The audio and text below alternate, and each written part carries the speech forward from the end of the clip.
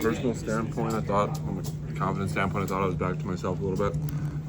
The start of the second half, it just felt like I not too sure what happened.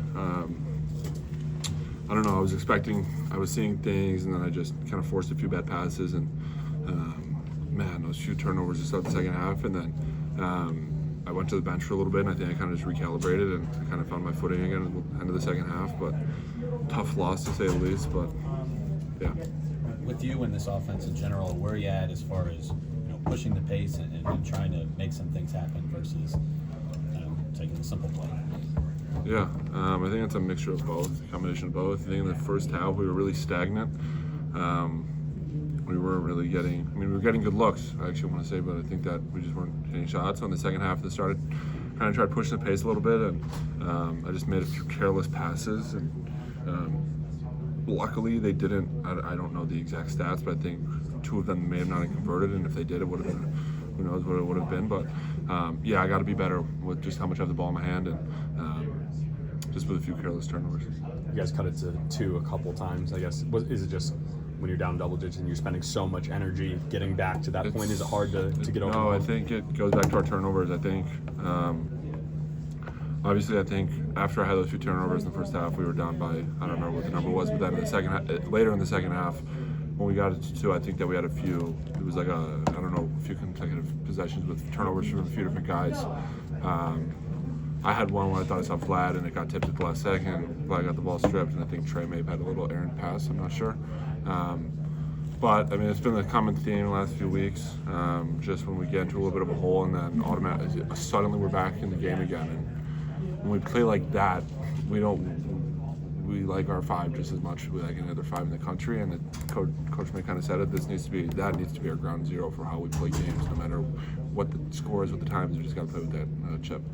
Some of the 3-point struggles for the team in the last month. Are you seeing defenses guard you guys differently? It's just a confidence thing. I have all the confidence in myself. I have all the confidence in my teammates and my coaches.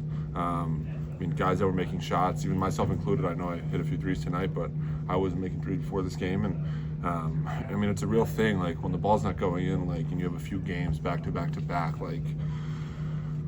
that rim seems smaller and smaller, and you just got to see if you go in. And I mean, confidence just comes from, yourself, and I have nothing but trust and confidence in my teammates. And eventually we're due for a good shooting game, and I'm happy that it's going to come at some point in March, and just got to carry that over.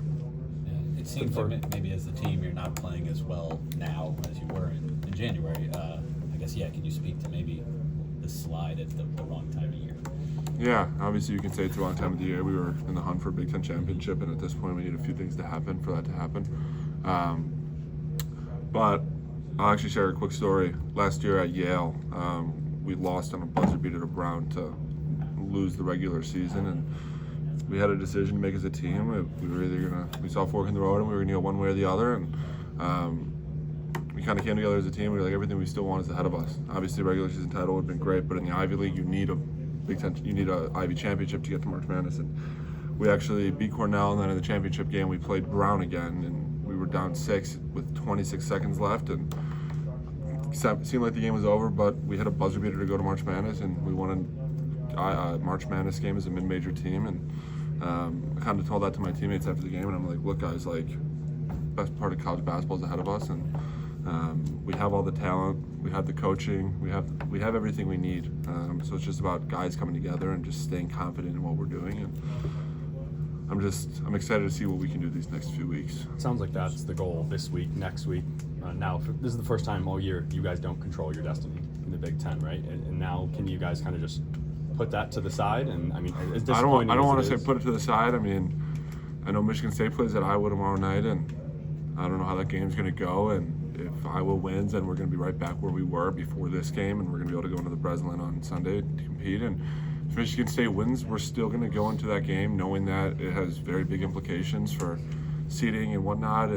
But I don't think we want to look too far in the future. I think we just want to go, no matter what happens tomorrow night, just go to that Michigan State game knowing that whether or not it has Big Ten regular season implications doesn't matter. We just got to go into it as if it's any.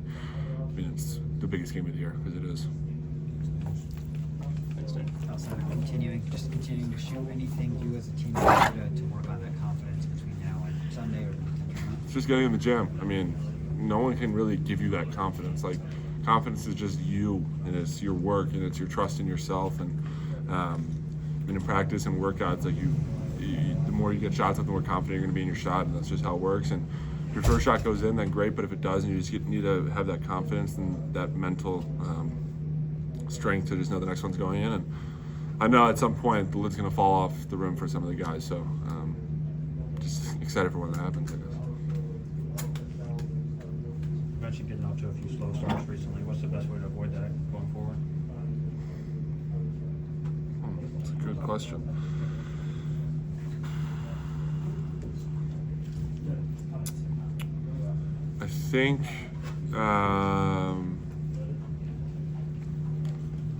I think these next few days are really big. Just getting our mental states right. Just knowing that. I mean, obviously, I mean, everything we want at this point is still ahead of us. We have a chance in the Big Ten tournament, the NCAA tournament. We have a chance to go and play a rival at their place on Sunday to end the regular season. And I think just knowing what's at stake. And I think, I mean, we've had a lot of games in very few days. I think we haven't had a real day off in a while. And I think, I mean, we took a day off a few days ago.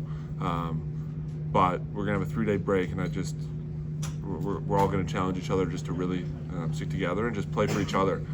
I think in the second half, we kind of lost ourselves in just winning, and I think that's what happens. And I'm confident that we'll come off to a better start. Obviously, the environment at the Breslin will kind of help with that. And if we don't, then we're going to have to find a way to claw back into the game. But yeah, I think it's just knowing what's at stake. That's it. Yeah. Thank you, Danny.